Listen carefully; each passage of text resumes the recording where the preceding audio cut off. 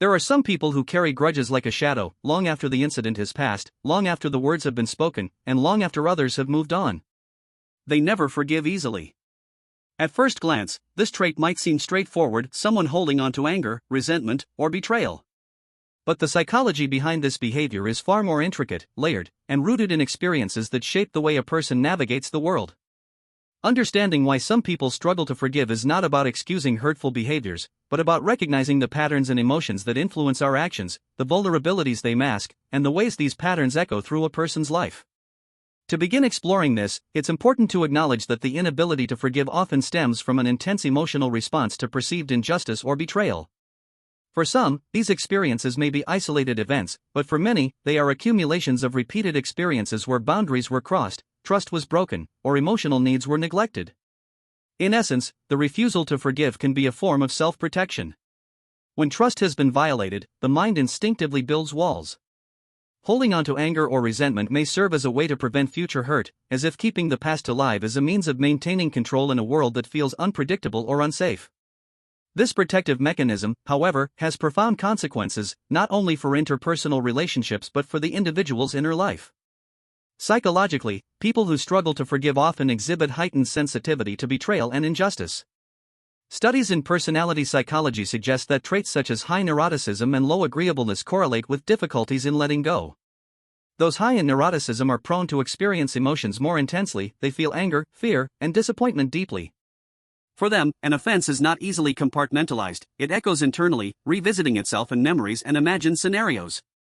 Low agreeableness, on the other hand, manifests as skepticism about others' intentions. People with this trait may perceive harm where none was intended, and they are less inclined to empathize with the offender's perspective. Together, these traits create fertile ground for resentment to take root and persist. Yet, the inability to forgive is rarely just about the specific incident that caused the pain. Often, it reflects deeper unresolved experiences from the past. Childhood plays a critical role here. Consider someone who grew up in an environment where criticism was harsh, where emotional neglect was common, or where boundaries were routinely violated. A child in such circumstances may learn to internalize pain and to see vulnerability as dangerous. By adulthood, this individual may unconsciously interpret slights or betrayals, even minor ones, as threats to their emotional safety. Forgiving becomes an act of vulnerability, a relinquishing of control, which feels terrifying. Holding on to anger or resentment may paradoxically feel like the only way to preserve a sense of self and maintain psychological security. In daily life, the tendency to never forgive easily can subtly influence interactions and choices. Socially, it can lead to a pattern of keeping distance from others, avoiding intimacy, or maintaining a critical eye toward friends, colleagues, and even family members. This vigilance, while protective, can strain relationships. A partner may feel constantly under scrutiny, a friend may feel hesitant to share, and conflicts may escalate unnecessarily. Emotionally, carrying unresolved anger can create a persistent sense of tension.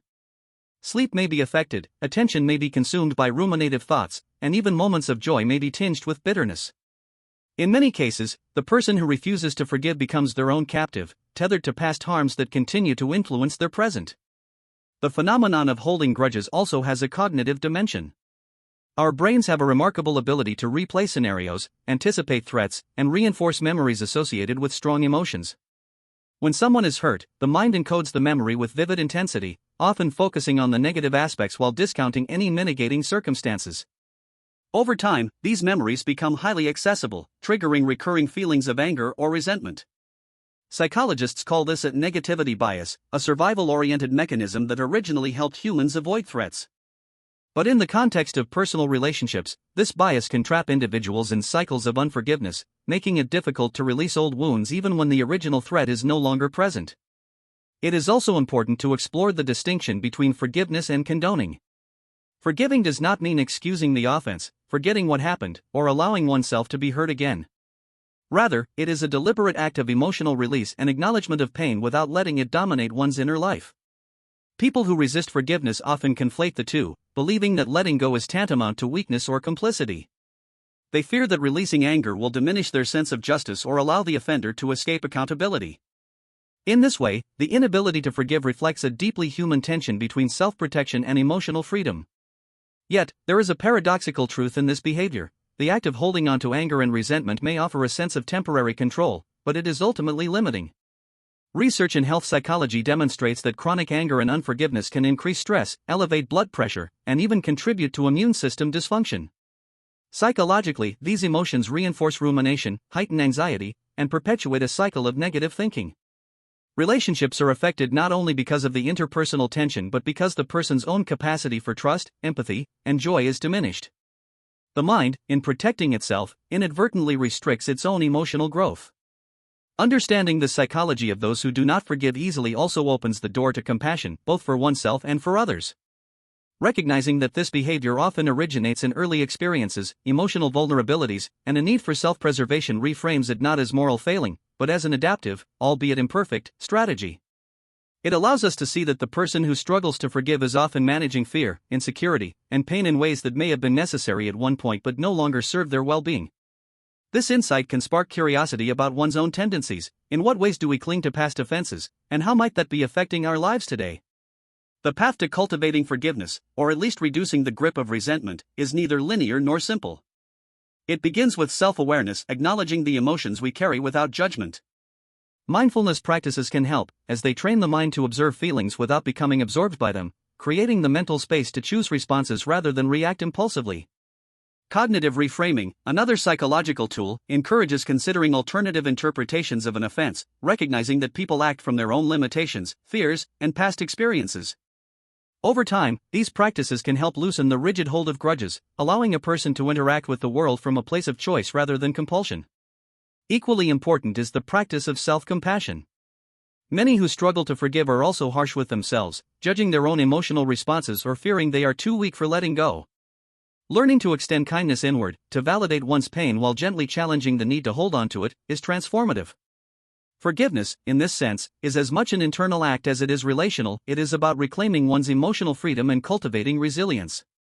In relationships, practicing forgiveness does not mean accepting harm or condoning negative behavior. Instead, it allows for clarity, honesty, and healthier boundaries. It permits connection to exist without the constant weight of past grievances. The person who learns to release grudges discovers that they are no longer imprisoned by memories of betrayal, that their emotional energy can be redirected toward growth, creativity, and meaningful bonds. In many ways, forgiveness is a gift we give ourselves first, a conscious choice to prioritize peace over persistent anger.